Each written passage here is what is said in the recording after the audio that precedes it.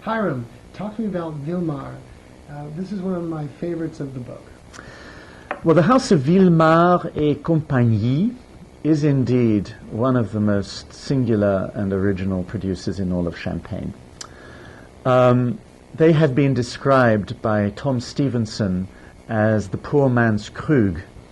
And the reason for that is not so much because the wines really resemble Krug in flavor, I think, but rather because Vilmart alone, of all the producers we work with, espouses a philosophy of fermenting all his wines in barrique, in small wood.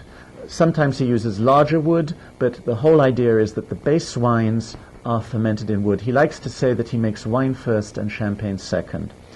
So for that reason, the wines of Vilmart really do stand out from the crowd.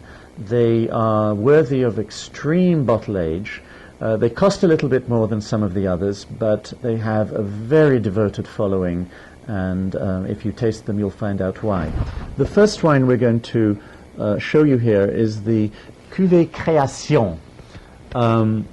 This is from the great 1998 vintage. I say great, it's not universally considered a great vintage in Champagne, but insiders know that for Chardonnay, it's an utterly extraordinary vintage, and Vilmart is nothing if not a Chardonnay house. I think the composition of this wine is something like 85 or 90% Chardonnay. And of all the wines he makes, the Cuvée Création is the one most marked by the taste of oak.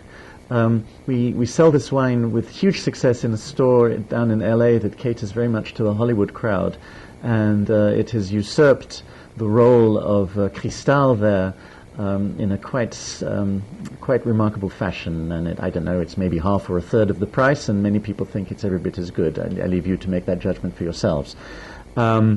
It's fermented in small barriques and left on the lees for 7 or 8 years before being bottled, and it can be kept in bottle for a further 20 years. By the way, you might like to know that the design on the label is a stained glass window that was made by the father of Laurent Champ, the current proprietor of Vilmart, who, when he retired and handed over the domain to his son, he started a second career as a stained glass artist.